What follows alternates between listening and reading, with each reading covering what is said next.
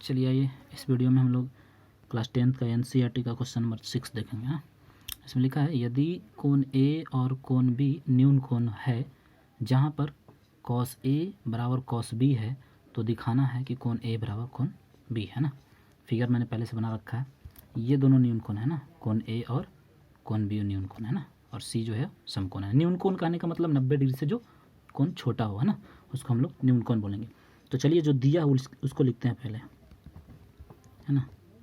दिया है, दिया क्या है, तो दिया है आपका cos ए बराबर cos बी दिया है ना।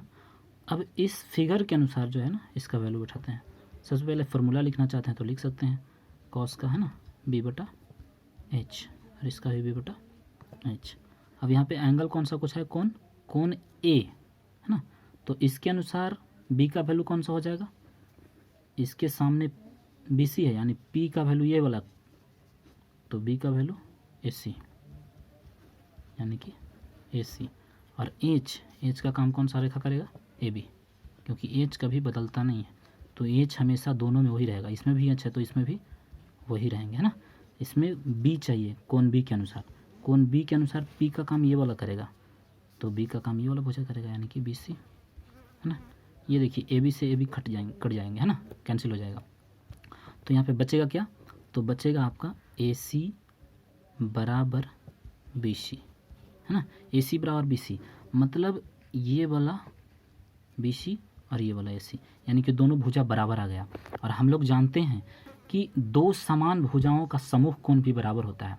मतलब इस भुजा का समूह कोण ये वाला और इस भुजा का समूह कोण ये वाला, इसलिए हम लोग कह सकते हैं कि कोण A बराबर कोण B होगा।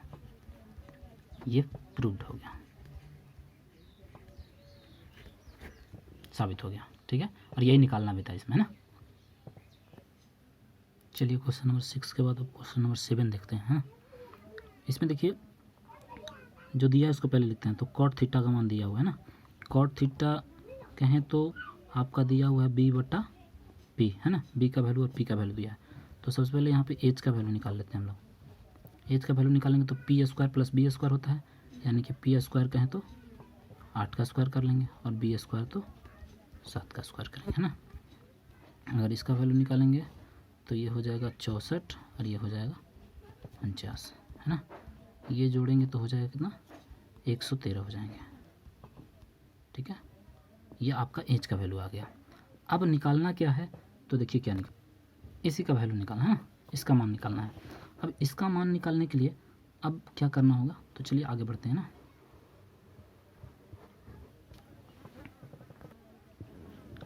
अब देखिए ये आपको दिख रहा होगा, तो अगर यदि आपको याद होगा तो शायद आपको याद होगा तो एक बेसिक फार्मूला इस तरीके से आपने पढ़ा होगा ना, a plus B into A minus B.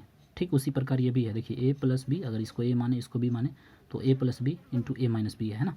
तो इसका भी इसी पे टूटेगा, A square minus B square है ना। ए स्क्वायर कहें तो 1 का स्क्वायर, तो 1 का स्क्वायर करेंगे तो 1 हो जाएगा। चलिए 1 का स्क्वायर कर लेते हैं ना।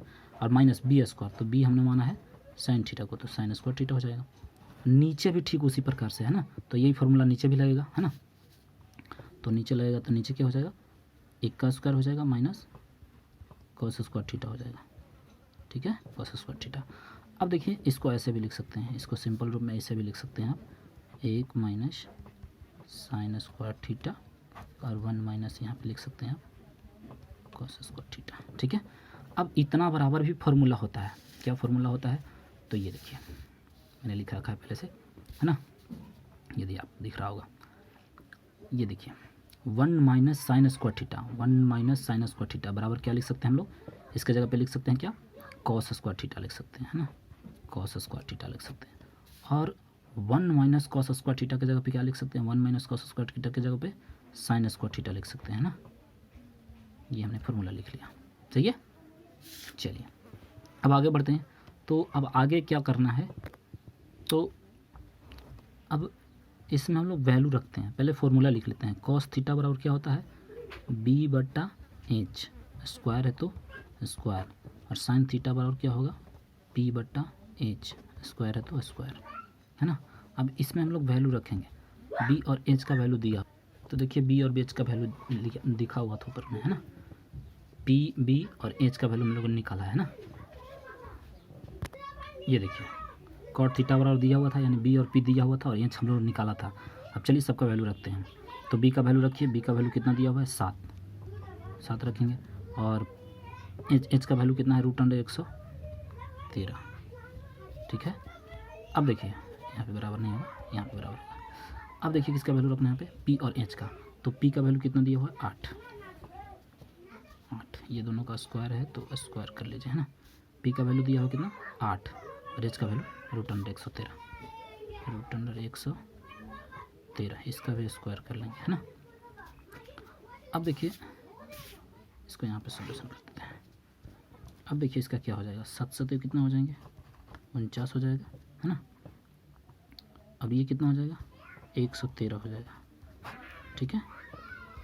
अब इसको करेंगे तो 8 64 हो जाएंगे, और इसको करेंगे तो 113 हो जाएगा। देखिए 113 से 113 ख़त्म हो जाएंगे, तो बचेगा क्या 49/64 बचेगा, है ना।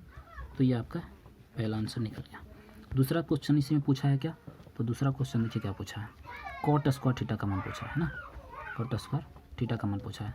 कॉट थीटा का हम लोग जानते हैं फॉर्मूला क्या, b/p, तो इसका स्क्वायर हो जाएगा। बी का मान, बी और पी का मान देखिए यहाँ पर दिया हुआ था ना। देखिए बी का मान कितना 7 और पी का मान कितना 8, तो इसका स्क्वायर कर लेंगे तो कितना हो जाएगा 7 7 49 और 8 कितना हो जाएंगे 64। ये देखिए दूसरा आंसर भी आ गया, है ना। ये दोनों आंसर निकल गया, सही है। चलिए एक बार पूरा दिखा देते हैं आपको ऊपर से, है ना।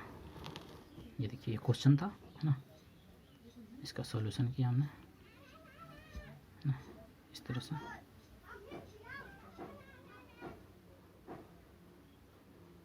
ठीक है, आई होप आपको समझ में आ गया होगा ना। ये पहला आंसर, ये दूसरा आंसर। ओके।